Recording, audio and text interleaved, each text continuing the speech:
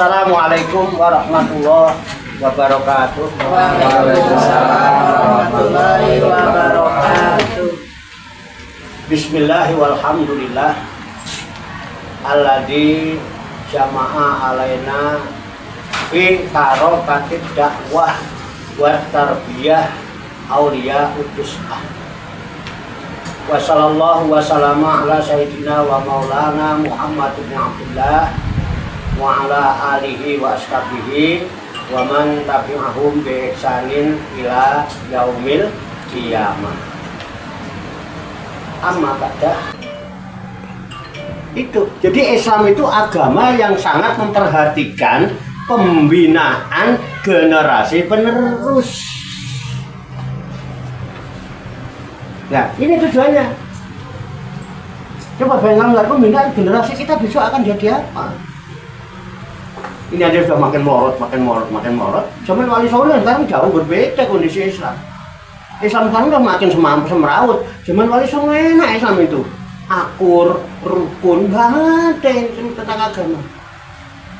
Campur, ada Islam, ada Hindu, ada Buddha, ada Kristen. Pernah ribut? Sekarang ribut Islam sama Islam. Dan yang ribut orang yang paham agama Islam katanya. Ulamanya, kiainya. Fakta apa fiktif? Umat bingung. Terus bagaimana generasi penerus? Orang tua, yang sudah merasa tua, yang merasa kita akan punya generasi penerus, mesti ada rasa galuh, khawatir bagaimana anak saya setelah sepeninggal saya. Ada nggak pikiran gitu? Ada. Semua berarti cocok dengan apa yang disebutkan oleh Allah di dalam Al-Quran. Biasanya kalau ngomong di Quran ada. Coba cari Al-Quran surat An-Nisa. Makanya saya suruh bawa Al-Quran terjemah itu supaya kalau yang nggak punya bilang sama saya, ini kan yang punya. Ada. Ayat 9. Nah, ada di tanggal B. Pakai HP aja deh, HP aja. Oke ya. Coba buka surat An-Nisa. An-Nisa ayat 9. 9. Siapa yang sudah ketemu? Ya. Surat An-Nisa ayat 9. Pak Ustadz kali ini bawa Al-Quran? Wah. Ini. An-Nisa ayat 9. Tolong dibaca yang agak keras beserta terjemahnya.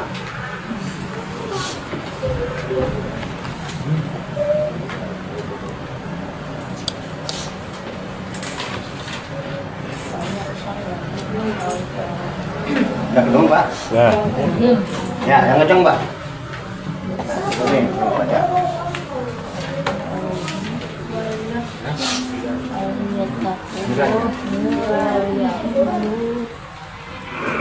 Nggak kelihatan?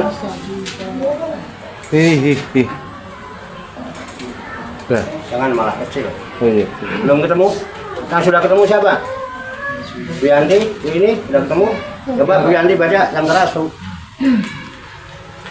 A'udzu billahi minasyaitonir rajim. Bismillahirrahmanirrahim. Wal yakhshal ladzina law taraku min khalfihim zurriyatan dhi'afan khafu 'alaihim falyattaqullaha wal yaqulu qawlan sadida. Shadaqallahul azim. Artinya? Dan hendaklah takut kepada Allah orang-orang yang sekiranya mereka meninggalkan keturunan yang lemah di belakang mereka yang mereka khawatir terhadap kesejahteraannya. Oleh sebab itu, hendaklah mereka bertakwa kepada Allah dan hendaklah mereka berbicara dengan tutur kata yang benar. Maha benar Allah. Tolong saya bisa dipahami ya? Ya. Tolong saya didikte ya. Wal yakhshal.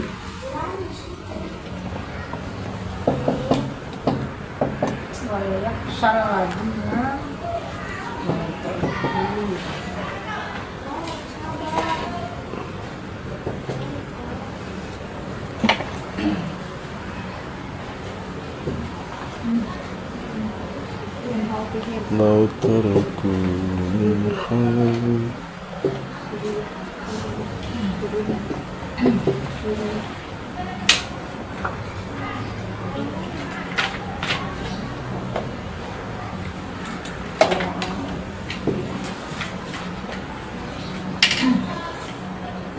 Terus wal yakhshal ladzina law taraku min khalfihim dzurriyyatan dhi'afa khafu alaihim.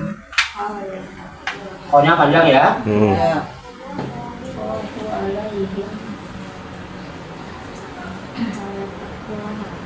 Ya. Terus wal yattaqu pakai alif enggak kepalanya? Enggak par. Kan? Enggak lihat. Enggak pakai alif kan? Enggak, lam. Langsung lam. Wal yattaqullaha.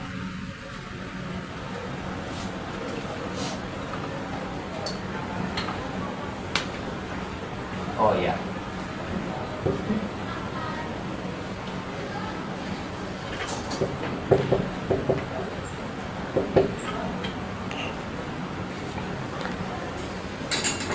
Fal yattaqullaha wa qulu Wal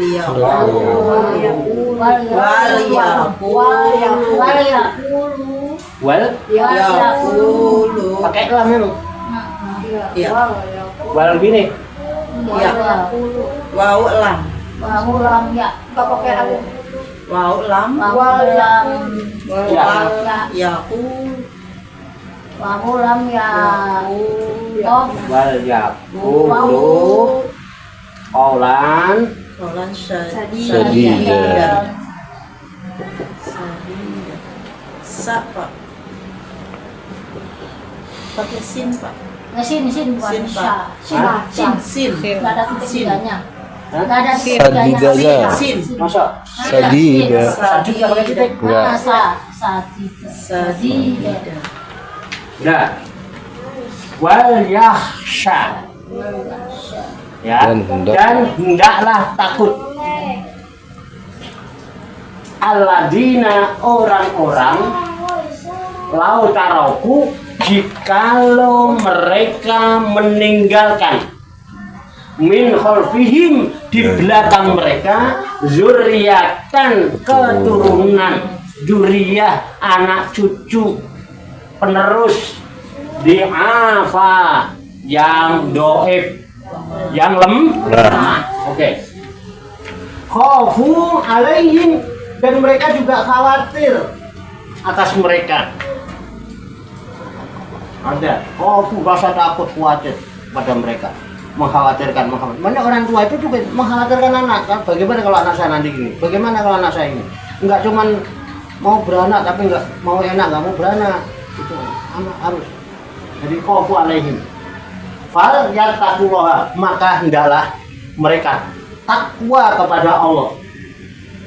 Wal yaqulu, dan hendaklah mereka bertutur kata, mengucapkan qaulan dengan ucapan syadidan yang berat, ucapan yang berbobot, ucapan yang baik. Jadi jangan asal ngomong, mentang-mentang ngomong nggak kulaan ke pasar induk, ngomong dia nggak pernah ini. Gua ngomong gini apa manfaatnya? Bagaimana mudorotnya? Gua kalau ngomong itu kira-kira yang ada manfaatnya, sama-sama ngomong seharian 1 jam dulu ngobrol, gua ngobrol yang ada manfaatnya, yang berbobot. Asal ngemeng aja. Ya kan akhirnya waktunya habis, nggak punya nilai. Gitu loh, oke ya?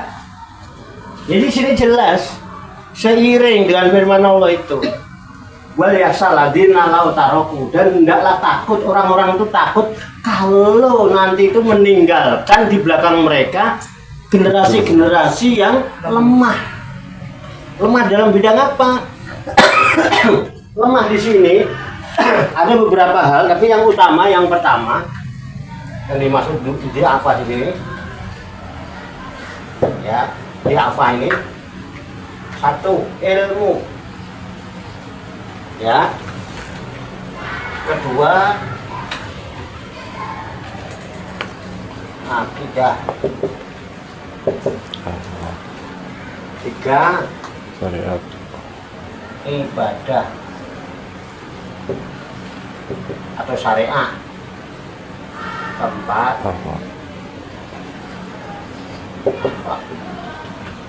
kelima, manca. Tapi yang penting ini, dia apanya artinya doib ya, lemah ya. Apa yang dikhawatirkan lemah ini? Satu, lemah ilmunya.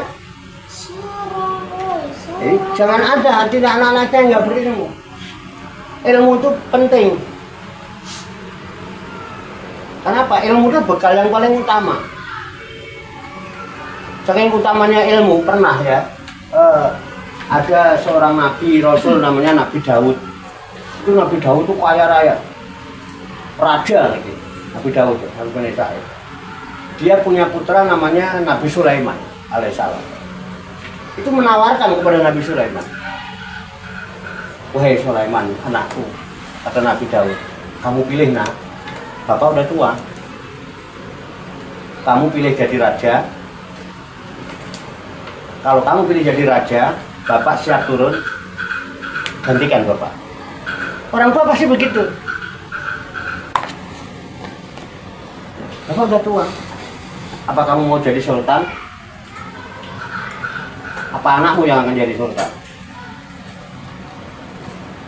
Ya, jangan bangga doang. Kalau cuma bangga doang, yang gua sultan mah bebas. Iya, mau nggak jadi generasi penerus? Bapaknya, anaknya, cucunya dihantarkan. Satu, silakan. Nabi Sulaiman nggak mau. Apa kamu jadi orang kaya? Kalau kamu jadi orang kaya, semua kekayaan yang ada untuk kamu. Apa kamu pengen istri yang cantik? Kurang hebat gimana? Tahta, harta, wanita ditawarkan. Kalau engkau pengen istri yang cantik, pilih semua. Bani Israil nih, yang paling cantik akan aku pinang untuk aku jadikan istri. Apa kamu pilih ilmu? Deretan 1, 2, 3, tahta, harta, wanita, dia singkirkan, nggak dia pilih. Akhirnya dia pilih ilmu. Nabi Sulaiman pilih ilmu, Pak. Nabi Sulaiman alaihissalam pilih ilmu. Justru dengan ilmunya akhirnya dia jadi sultan, jadi raja, rasul pula, nabi, kekayaannya banyak, istrinya cantik namanya Ratu Balkis. Keren nggak? Iya. Itu di Quran ada. Loh, kalau Salman pengen, amalin aja amalannya Nabi Sulaiman itu. Salman bingung nggak punya duit, Salman bingung nggak punya harta, saya bingung nggak punya, ya kan? Tapi nggak mau ngamalin. Jadi kalau pengen istri yang cantik tuh, amalin Nabi Sulaiman. Gak usah lirak-lirik, udah dapet kagak lu diomelin sama bini lu. Ilmunya pakai dulu. Jangan sok ini, mungkin ayah juga. Orang tuh. Foto. Ilmunya dong, ambil dong, iya enggak? Kalau ngiri, ilmunya lu jalanin, aman. Dapat domelin lagi. Iya dapat kagak, disemprot habis-habisan, ya enggak? Iya. Itu kan rugi. Nabi Sulaiman kurang gimana itu? Cuma perempuan Ratu Balkis, sok-sokan lu ya. Jangan sombong kamu sama aku. Cukup kirim surat. Innahu min Sulaimana wa innahu bismillahirrahmanirrahim. Allah ta'lu alayya wa tuni muslimin. Cuman bismillah doang ilmunya. Innahu min Sulaiman. Sesungguhnya surat ini dari Sulaiman. Wa innahu dan sungguhnya isi surat ini cuman Bismillahirrahmanirrahim. Semua saya lakukan dengan atas nama Allah yang Maha Pengasih, Maha Penyayang. Allah aja cinta kepadaku, kasih sayang padaku. Ala lu kis ngono kae. Balkis. Ala ta'lu alayya, jangan sombong, jangan tinggi hati kau kepadaku. Waktu nih datang kamu ke sini. Muslimin dengan menyerahkan diri. Balkis datang enggak? Datang. Sulaiman begitu masuk ke pintunya dia lihat istananya Sulaiman tuh bening kayak kaca dikira air. Kan orang sana bajunya panjang disingkap dicincing takut basah. Kelihatan nggak? Kelihatan. Bening nggak? Bening. Nabi Sulaiman ngeliat nggak? Iya. Kelihatan. Masa Nabi ngeliat cewek di doa cuman duduk di segasannya doang begini Cuma ngeliat. kelihatan. Enggak ngeliat, cuma Nabi kok Cuma kelihatan. masa ngeliat cewek di doa dilihat. Usah, ya kan? Enggak ngeliat Nabi Sulaiman. Tapi Ratu Balkis lewat dari pintu sana. Nabi Sulaiman ngeliat nggak? Nggak ngeliat, cuman kelihatan. Untung waktu itu Sulaiman nggak punya istri. Coba kalau punya istri yang lihat, dikira Nabi Sulaiman ngeliatin cewek itu cemburu lagi gara-gara sono dari sono ke sono kelihatan kan? Lihat, cuman kelihatan. Jadi beda melihat, kalau melihat itu sengaja. Itu cuma kelihatan, Be. Padahal kelihatan orang gede banget. Cuma biar dari arah mana juga kelihatan semua. Nah ya itulah yang harus membangkitkan kesadaran. Orang nggak usah melihat juga kelihatan. Gimana sih kita nurutin apa juga kelihatan. Akhirnya kenapa? Ya uring-uringan sendiri, sakit sendiri, kan tersiksa diri sendiri, pikirannya liar. Jangan biarkan. Keren nggak tuh? Keren loh, arang-arang. Oke ya, Sulaiman pilih apa? Ilmu. Jadi itu terutama dengan ilmu semua bisa. Cuman Bismillah. Lah doanya ini sampai cuman pengen duit, pengen kaya, amalin tuh di surat apa? Tuh bunyinya begini. Surat apa saya lupa. Robbik firli wahabli mulkan layam bagi li ahadim min ba'di innaka antal wahhab. Itu doanya Nabi Sulaiman. Itu biasanya ini amalin ya. Kalau saya nggak mau ngasih itu kan yang doa Nabi Sulaiman. Dan saya paham isi doa Nabi Sulaiman. Makanya ketika orang dikasih amal, ini dari Al-Quran ya, bukan karangan saya. Kamu harus percaya, karena ini dari Allah. Begitu diamalin bertahun-tahun, nggak berhasil, nggak kabul-kabul, buat jualan aja tambah bangkrut. Jadi buat punya dagang buat tutup gara-gara ngamalin itu. Orang nggak paham isinya. Coba deh doanya itu begini isinya. Nggak usah saya tulis ya, nanti nggak diamalin. Jadi Robbik firli, ya Rob, ampunilah aku. Wahabli, kalau engkau sudah ampuni aku, berikan kepada aku mulkan, kerajaan layam bagi li ahadin min ba'di, di mana kerajaan itu tidak mungkin dimiliki oleh seorang pun sesudahku. Ya iya. Tidak mungkin. Innaka antal wahhab, sesungguhnya engkau maha memberi. Nabi Sulaiman dikabulin. Tapi setelah Nabi Sulaiman zaman ngamalin nggak dikabulin, karena emang doanya Nabi Sulaiman dikabulin. Nggak mungkin ada orang yang punya kerajaan seperti kerajaanku. Sudah. Karena Nabi Sulaiman mintanya gitu. Aku minta kerajaan yang tidak mungkin kerajaan itu dimiliki seorang pun sesudah aku. Jadi sesudah Nabi Sulaiman nggak mungkin ada orang punya kerajaan seperti itu. Lah kok dia ngamalin gitu nggak kabul? Emang nggak kabul yang dikabulkan justru doanya Sulaiman. Sampean kok bersahabat sama Nabi Sulaiman? Betul enggak? Terus kita gimana? Lah kamu kenapa? Banyak kali gini ya Pak. Saya ini hidup kok ujian bertubi-tubi. Ujian mana? Ujian ini belum selesai, ada ujian lagi. Ada ujian ini kan datang lagi ujian lagi. Terus apa? Pening juga Pak, pusing. Akhirnya namanya kiai kan ngasih, udahlah sampean banyak-banyak mendekatkan diri kepada Allah, banyakin ibadah, sholatnya jangan di. Pak saya 5 waktu tuh Pak. Begitu sebelum adzan saya udah di masjid Pak. Udah tahiyatul masjid, begitu ada qobliyah, sholat fardu, ba'diyah, kadang-kadang asar itu loh ba'diyah saking regepnya. Padahal nggak ada. Habis subuh ya ba'diyah lagi sholat opo. Saking regepnya. Iya kan, kadang-kadang nggak ada ilmunya. Ya udahlah tambahin lah kalau malam itu tahajud apa. Udah Pak, setiap itu saya mesti pasang itu Pak. Saya pasang alarm. Terus begitu alarm saya checking itu jam 3:30 tuh, biar saya nanti subuhnya nggak kesiangan. 3:30 alarm bunyi Pak. Terus bangun ngapain? Matiin alarm. Terus kemulan lagi. Iya kan? Berisik banget sih, kayak sendiri-sendiri ya. Akhirnya apa? Tetap aja subuhnya kesiangan. Terus niatnya keliru. Niat subuh masa usoli fardol subha. Apa ini? Apa subha? Subuh. Nah, ya kan? Kelihatannya sholat subuh tapi kok punya duha gitu. Apa begitu ya? Begini Mas. Zaman waktu sholat minta apa? Ya kan? Coba dari waktu sholat, nggak ada doamu yang tidak dikabulkan di dalam permintaanmu itu.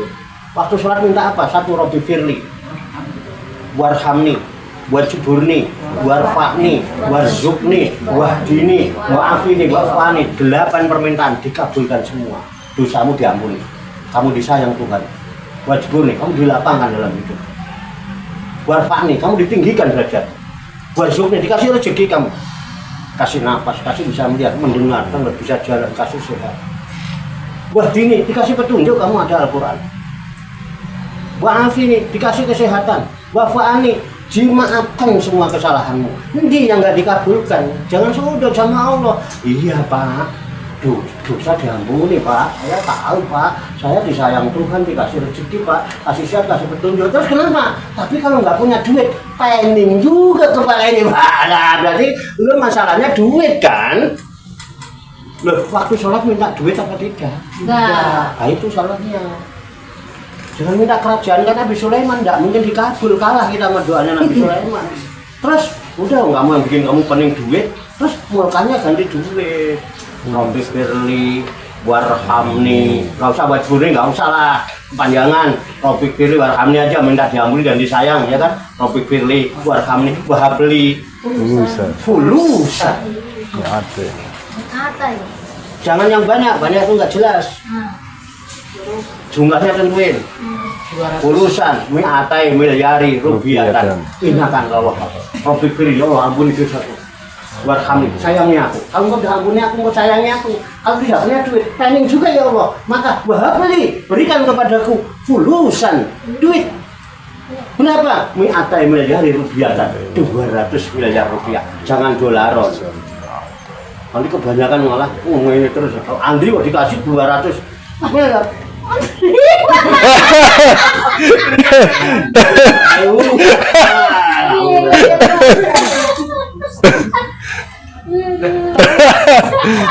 Itu celengan aja bolak-balik. Iya. Nggak apa-apa.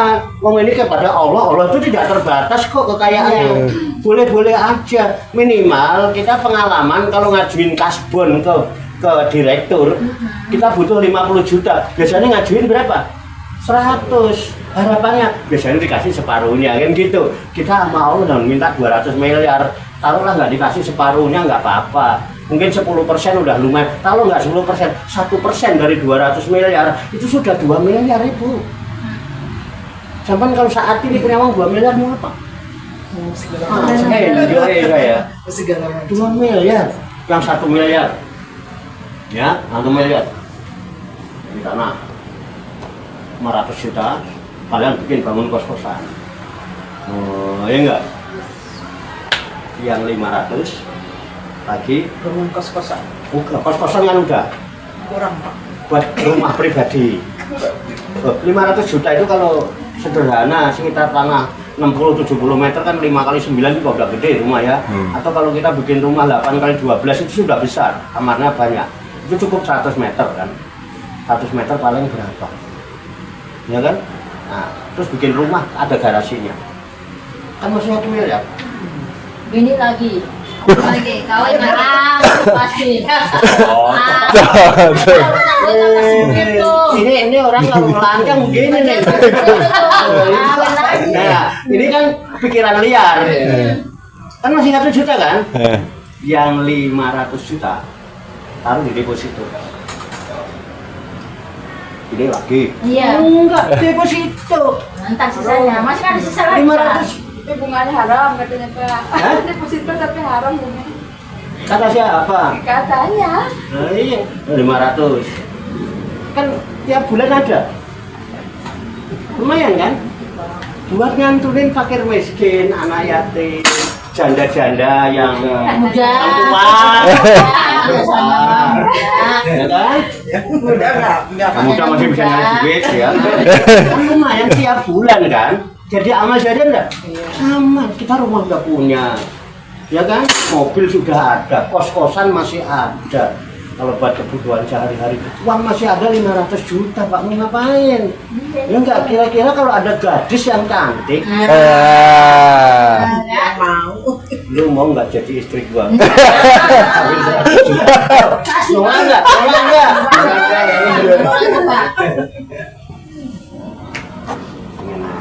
Masih 400 juta buat beli mobil satu lagi.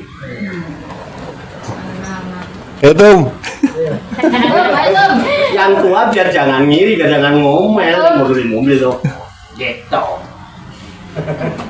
Nah kita mobil satu ya, kita sama yang muda nggak punya mobil ya, boncengannya sama gue dong, dia kan nggak punya mobil. Yang dibeliin mobil kan yang tua. Biar jangan ngomel. Akhirnya yang pergi kemana-mana nganterin siapa? Yang dianterin yang muda kan nggak punya mobil. Nggak cemburu dia, kok yang muda yang dianterin dia nggak punya mobil kan? Kalau lu ngapain gua anterin, gua udah beliin mobil. Yang dianterin yang muda yang tua. Yang muda. Jangan cemburu. Jangan cemburu.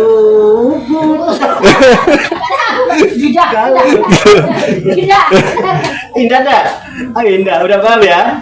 Jadi ini nomor satu. Apa nomor satu? Ilmu. Kalau anak kita tinggalin warisan harta sekejap bisa hilang, tapi ilmu ini nggak akan hilang. Dan dengan ilmu dia bisa berkembang hidupnya. Kedua, akidah dia. Ketauhidan. Ya, ini nanti dua-duanya, satu ilmu, dua akidah, cari nanti di surat Luqman ayat 12 sampai 13, cari sendiri ya. Iya. Nah, ayat 12-nya ini Luqman dikasih ilmu sama Allah, yang disebut hikmah. 13 mendidik akidah anak, ketauhidan, jangan sampai anak kita itu terjangkit penyakit syirik karena ilmu. Ketiga, ibadah ini adalah syariat.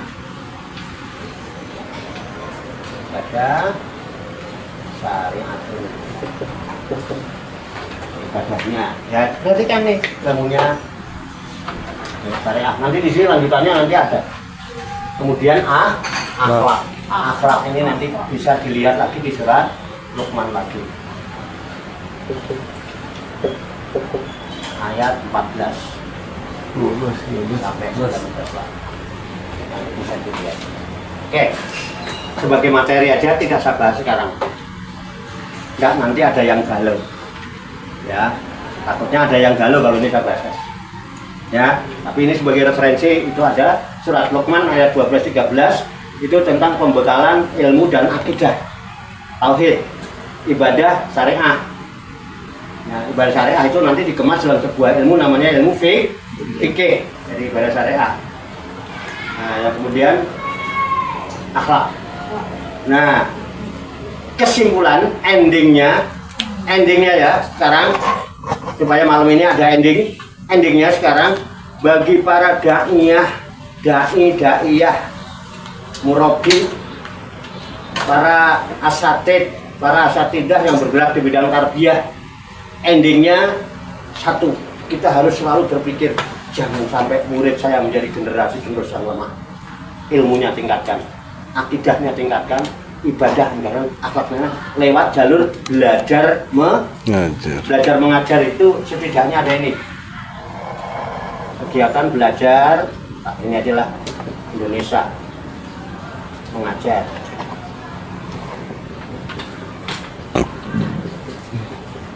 Ya, ini untuk materi berikutnya nanti akan disiapkan. Ya, setidaknya satu ada materi. Kedua ada metode. 3 guru. Nah, dalam kegiatan belajar mengajar harus ada 3 ini yang utama. 1 harus ada materi, 2 harus ada metode, 3 ada guru. Sekarang ada guru, materi belajar kagak punya. Apa mau yang diajarin? Makanya guru yang pertama siapkan materi. Dai waktu mau pidato, mau khotbah, mau ceramah, siapkan materi pidatonya. Membahas tentang apa materinya? Iman, siapkan dalil-dalil tentang keimanan, Quran maupun hadis. Takwa, siapkan materinya, dalil-dalil tentang takwa, baik dari Al-Quran maupun hadis. Ustaz saja materi. Kedua, metode. Materinya bagus, metodenya tidak tepat, nggak nyampe sasaran dakwah itu. Khotibun nasa ala qadri ukulihim, berbicara kepada manusia sesuai dengan kadar kemampuan akal pikirannya masing-masing. Kita yang hadapi anak-anak, jangan pakai bahasa-bahasa nggak benar. Yang kita hadapi kakek-kakek dan nenek-nenek, udah nggak usah bicara globalisasi, informasi, dia ngomongin aja bakul tasi sama nasi. Paham dia? Paham ya? Ini metode. Ini Wali Songo itu metodenya bil hikmah. Kemudian ada guru. Materinya bagus Pak, metodenya bagus. Iya, gurunya ada nggak? Ada. Benar nggak? Jadi 3 ini adalah komponen jenengan. Di dalam diri jenengan harus ada 3 ini. Oke? Bisa dipahami ya? Makanya ibu mau belajar biar nggak bingung, siapkan materi. Materi apa yang akan saya ajarkan untuk santri-santri saya besok? Jadi malam ini yang dipikir materi apa yang akan saya berikan kepada anak-anak saya. Itu tugasnya guru. Jadi begitu ngajar dong. Oh, kasih pelajaran apa ya? Mikir gitu. Akhirnya ngawur, tumpang tindih nggak karuan. Yang tidak semestinya jadi diterapkan. Yang pekerjaannya santri dikerjain guru, ini kan nggak jelas. Akhirnya guru nggak tahu pekerjaannya. Dan metode belajar yang ada adalah GBSA, cara belajar santri aktif. Biarkan santri yang aktif. Ini tugasnya santri, ini tugas saya guru. Jangan guru ngerjain pekerjaan santri. Ini kan tumpang tindih namanya, tidak jelas. Letakkan sesuatu pada tempatnya. Wa doa sayin fi mahalihi fahuwal adil. Letakkan sesuatu pada tempatnya itu namanya adil. Wa doa sayin fi ghairi mahalihi fahuwal zolim. Letakkan sesuatu bukan pada tempatnya, itu adalah kedoliman. Tanpa kita sadari kita sebagai guru yang dolim. Karena apa? Harusnya itu pekerjaannya murid, kok kamu kerjain. Gitu loh, paham ya? Ini loh materi, metode, guru. Nah, mana yang lebih utama, materi dengan metode? Metode lebih utama daripada materi. Materi bagus, metodenya salah, tidak nyampe. Jadi metode itu lebih baik daripada materi tingkatannya, ya kan? Metode dan guru itu lebih baik daripada metode, karena ada metode bagus, kalau nggak ada gurunya juga nggak bisa. Terus yang lebih baik dari guru apa? Semangat dan spirit guru jauh lebih baik daripada guru itu sendiri. Guru nggak punya semangat, guru nggak punya spirit. Spirit itu orang yang mempunyai jiwa spiritual, hubungannya dengan Tuhan erat. Guru itu harus menjaga ini spiritualnya itu dengan Tuhan. Dia lakukan karena Allah. Dia menjadi kepanjangan tangan Allah untuk menyampaikan cinta dan kasih sayang kepada orang yang membutuhkan kemampuan kita. Ini harus ada hubungan dengan Tuhan yang erat, spirit namanya. Dan dia mesti semangat. Siapa yang jadi guru ini? Anak-anak berhukum, bapak sakit gigi. Jangan tunjukkan kalau kita lagi sakit. Saya lagi sakit. Ada tanda-tanda Pak Warno sakit? Nyontohin sampai yang Pak Harto aja udah tua bisa kok, sampai nggak bisa semua. Yang tegas, tegar, ceri, Iya. Iya. Ceria nggak kita hari ini? Iya. Jangan ngomong doang, contohin orang. Semangat dan spirit guru lebih utama daripada guru itu sendiri. Guru lu guru lu. Guru guru kok kayak mau wedhus. Jadi kalau pengen berubah, ubah jiwamu. Jadi dudukkan posisinya. Sekarang sampean jadi mahasantri, besok sampean akan jadi guru. Tidak begini modelnya. Aku guru saiki. Betul enggak? Harus semangat. Punya spirit. Keren enggak? Keren. Tegar, tegas, tegak, teguh pendirian, ceria. Seri. Seger nggak? Keren. Ini apa? Ada yang ditanyakan?